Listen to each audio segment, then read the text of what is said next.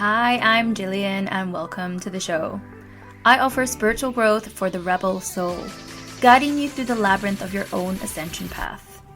This show is for the rebel souls that challenge the status quo, those that crave authenticity in every single aspect of their lives, that desire to embrace their uniqueness, follow their passions, connect to their soul, and live according to who they truly are, even if that means having the courage to go against the grain or the norms of society.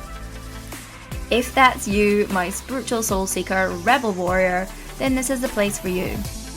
On this podcast, we speak about everything from spirituality, sexuality, conscious relationships, business, and literally everything in between. So if that's your jam, then stay tuned. And go on, be a rebel and subscribe. You know you want to.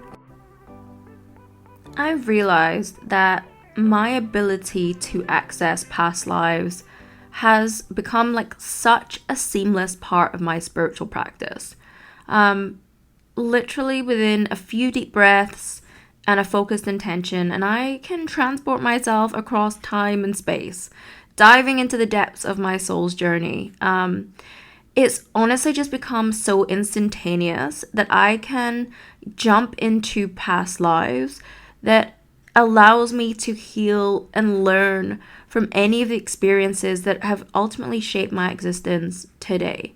And one just happened, and it wasn't actually intentional.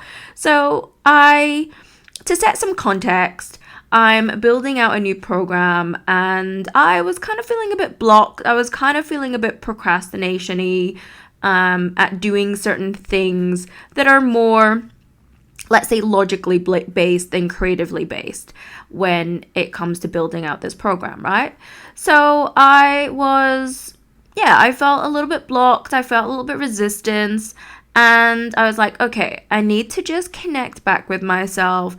I need to connect with my higher self. I need to start channeling some guidance from my higher self because, the highest version of me already has her shit sorted out, right? So this is a practice that I will do every single day most of the time, and I'll get answers to ultimately whatever I need to know, where I'm blocked, what's happening in my life, certain messages. Like, it's such an amazingly useful practice for me, and as I said, it's a non-negotiable in my own spiritual practice.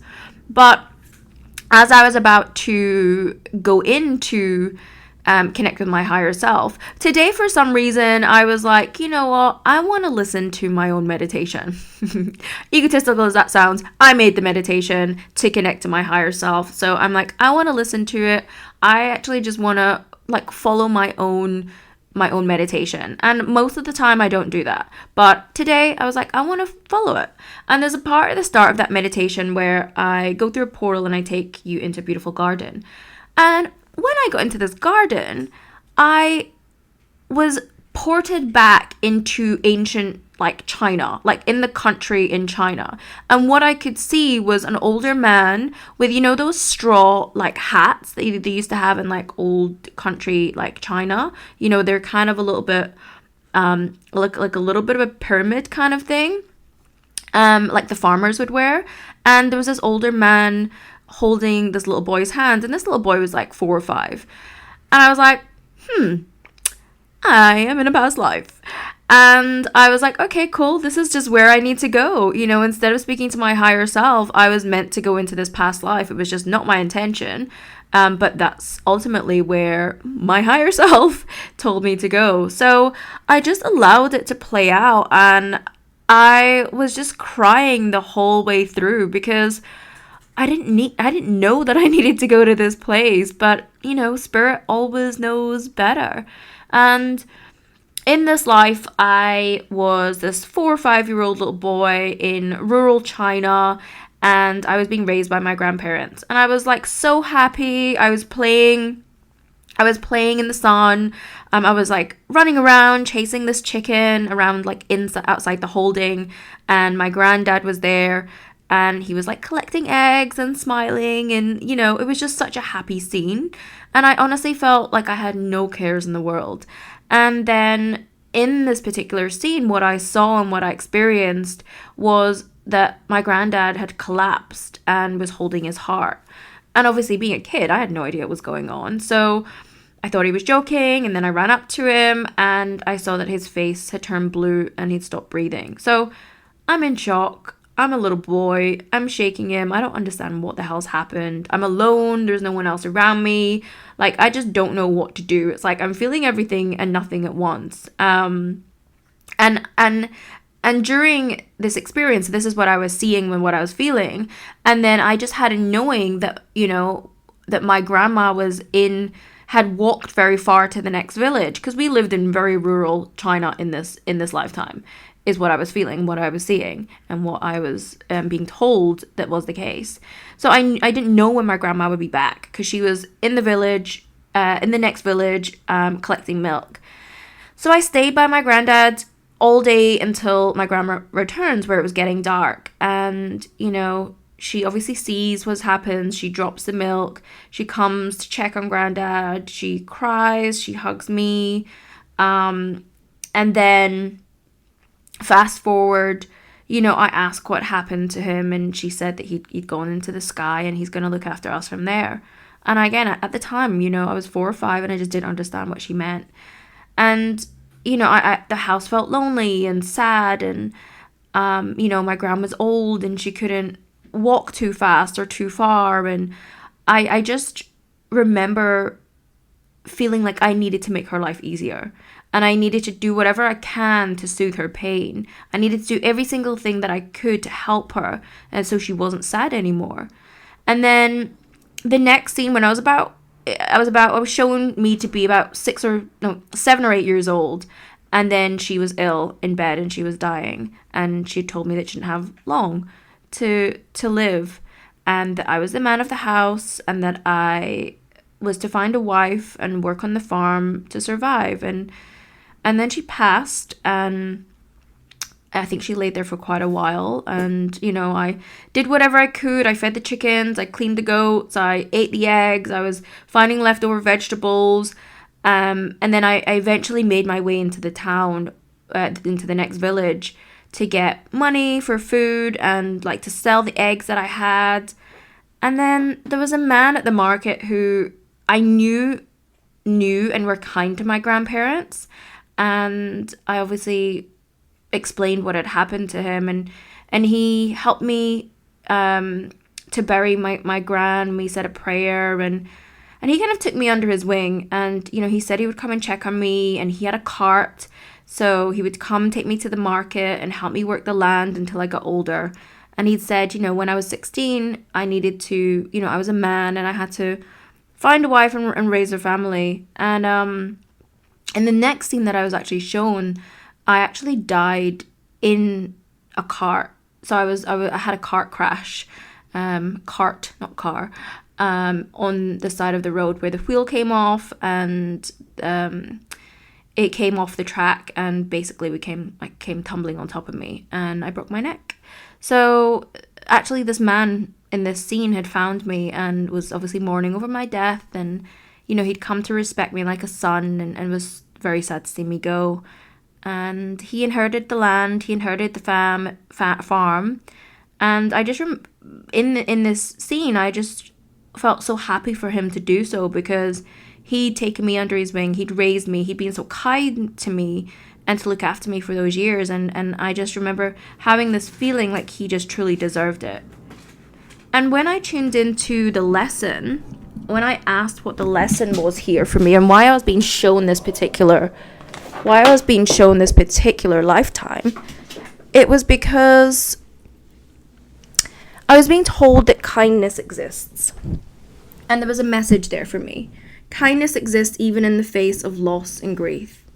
And in that lifetime, I was told that I was learning to be resilient and to make what I could of what I could, and make better life for me regardless of my circumstances. And that I had hope, and that I had kindness. And those were the two traits that I've carried over into this life, and that I'm here to share with others in this life. And, I also asked if there was any other messages for me. And it was to be kind to myself and to know that there's always hope. And, and I was just thinking to myself, like, why am I being shown that right now? I was having a bit of block with this new program that I'm building out. And I was like, I didn't even know I was feeling hopeless. But it was just a reinforcement that I have to be, as kind as I am to everyone else, I have to be kind to myself. And know that, like, there's always hope and there's always a way forward. And even though I might feel a little bit stuck now, there's always happiness around the corner. Like, there's happiness in every single moment. And life can be joyful and life can be filled with beauty if, like, we only let it.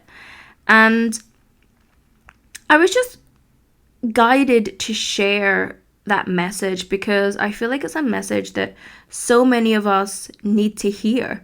There's so much that's going on in each of our lives that make us feel blocked, that make us feel stuck, that,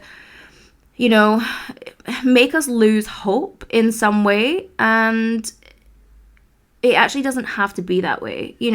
I think what I realized from porting myself into that lifetime was that, gosh, this little boy went through so much pain and heartache and loss at such a young age. FYI, guys, I was bawling my eyes out during what I was experiencing, seeing. So this is one thing that I want to preface.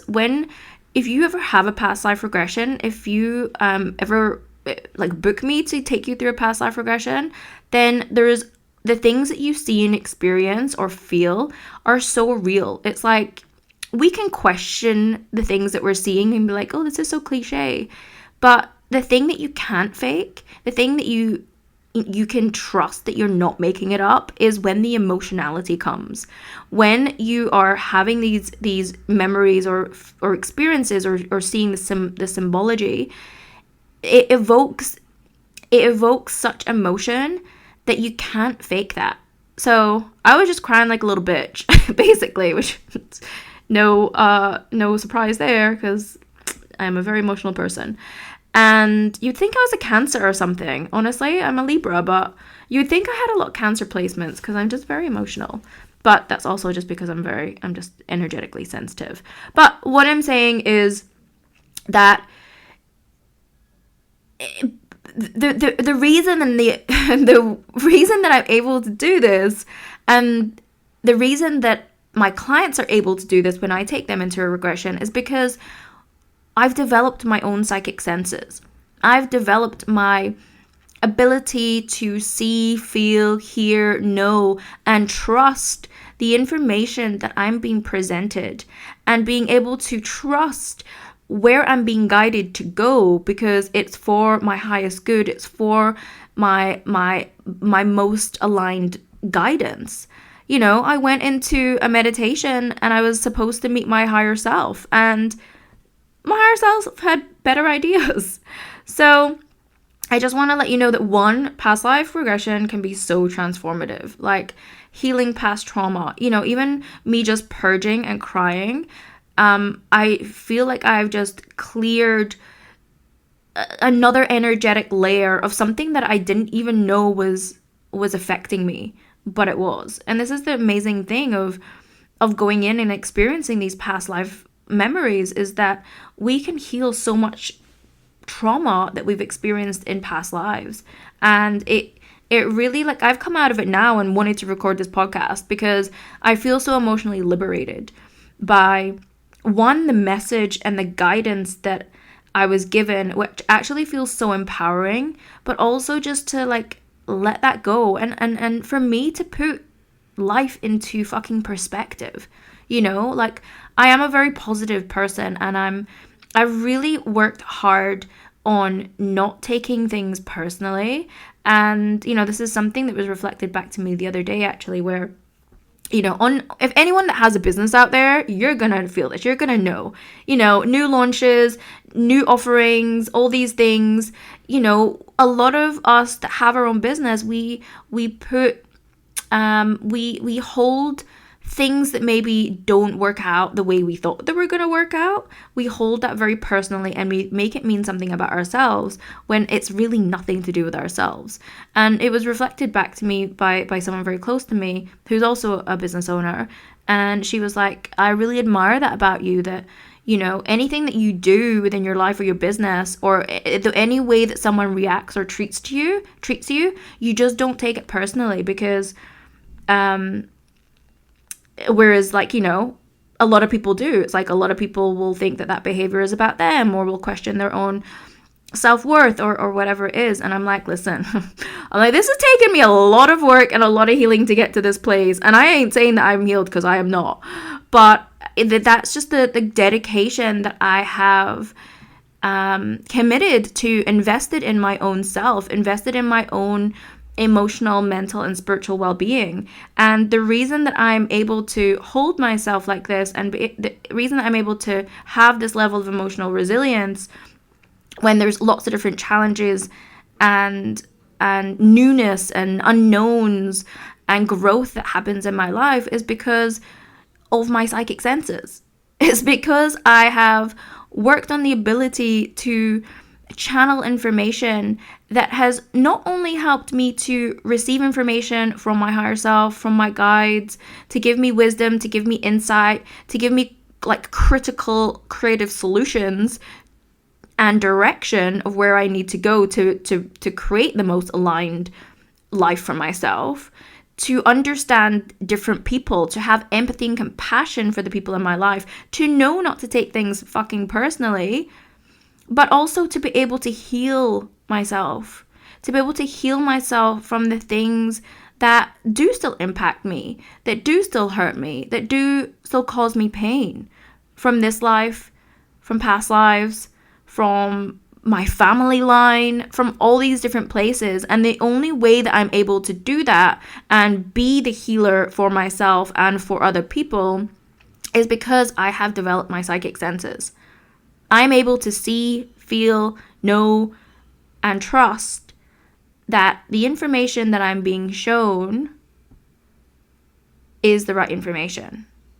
And I fully trust, because I'm so open and I've practiced developing these senses. I've practiced through meditation. I've practiced through doing. I've practiced through the right mentors, that I'm able to go into these places. I'm able to go into past lives. I'm able to see the root causes of things that are really affecting me. I'm able to understand unhealthy patterns or cycles that I might be in that I'm ready to break, but also my clients. I'm able to get the deepest level of understanding of who I am and what my journey is about. All of these things have come from me developing my psychic senses. And this is ultimately what I help my clients do in our sessions when I take them into a regression. I am working with them to know what their dominant psychic senses are, how they receive information, so that they can go in and experience and explore and connect to these past life realities, to their spirit guides, to their higher self, to get these downloads, to get this guidance, to get this wisdom, and to get this healing. Because it all starts with developing our psychic senses, guys. You can't do any of it if you're blocked from your own intuition. You can't do any of it if you are blocked from feeling, seeing, knowing. We are born with psychic senses. We are born with senses, right? They say you've got 6 senses: smell, taste, sight, hearing, knowing. What have I missed? You get my drift. Which are the clairs, right? When we talk about psychic senses. And we have them innately. This is part of our makeup as a human. We have senses. So we can sense, feel, touch, see the things. And this is ultimately where our psychic gifts come from. It's just about practice. It's just about development. We all have them. It's just about investing in the right tools to activate them. And that's ultimately what I help my clients with. So if you are interested in exploring your own past lives, if you know that you are carrying some burdens, some emotional issues, some limiting beliefs, if you're experiencing physical pain that comes from nowhere, if you're having fears and phobias and you have no idea where they come from, if you just want to get more clarity on your purpose, on your life, on like what you're really here for, on what gifts that you can reclaim and bring into this lifetime so you can live a life of meaning and be fulfilled and make the right decisions and choose the right opportunities and be attracted to the right relationships. Because we're here to have hope. We are here to actually live a life of joy. Just like that past life that I explored. Yes, we're here to learn lessons, but it is for our growth. But we are here to share our unique gifts with the world.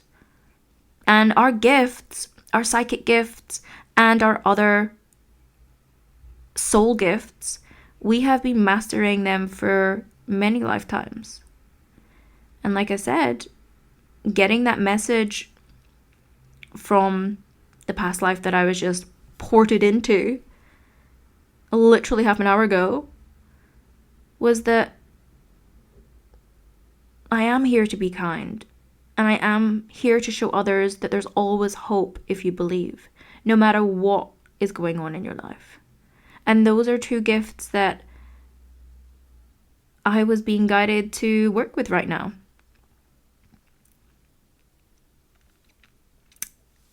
So I hope that's given you a bit of an insight into the wonderful and crazy world, one of my head, one of my reality, and how even just going into a simple meditation can port me back into a past life very, very easily. But you also have the capacity to do that. I want you guys to know that through developing your psychic gifts, you can channel your spirit guides, you can channel wisdom from the universe, you can go into your past, present, and future lifetimes, you can channel star beings. I mean, it is honestly pretty endless, the things that you can do once you develop your intuitive abilities. And that is ultimately what I know I'm here to help you with. So if this is interesting to you, then all of the details from my upcoming Rebel Psychic School Practical Magic for the Rebel Soul will be in the show notes. I have a special offer out right now, which ends on the 31st of October. It is the best deal. You're going to have a saving of $1,444. So I'm giving this whole 3-month program away only until the 31st of October because I'm celebrating my birthday month because it's extending for a month. You know how it is, guys. And you'll get it for $555. It's an absolute steal. Plus you get, if you sign up now in this month of October, you will also get private one-on-one sessions with me, which are just going to help propel you to the next level of your own spiritual growth. The program, as I said, it's 3 months. You're going to get a huge amount of self-study material, a whole catalog of meditations, activations, clearing blocks, connecting to your spirit guides. I'm going to be teaching you how to remove and raise your vibration, remove any entities, energies, raise your vibration, any mediumship or psychic tools. I mean, you're going to be doing readings for each other as well, but there's also a huge live component to the 3 months as well. So yeah, it's a beautiful group container for those people that are ready to step into their true purpose and their power and develop their own intuitive gifts. Because guys, I don't know what I would do if I hadn't done this. Like, my intuitive abilities have led me to, as I said, a place of peace and a place of healing and a place where I do feel so much hope and joy for the life that I have and ultimately what's to come. So if that's your bag, then drop me a message on Instagram or click the link below and I will see you guys there. Hope you've had a good one and I will see you later.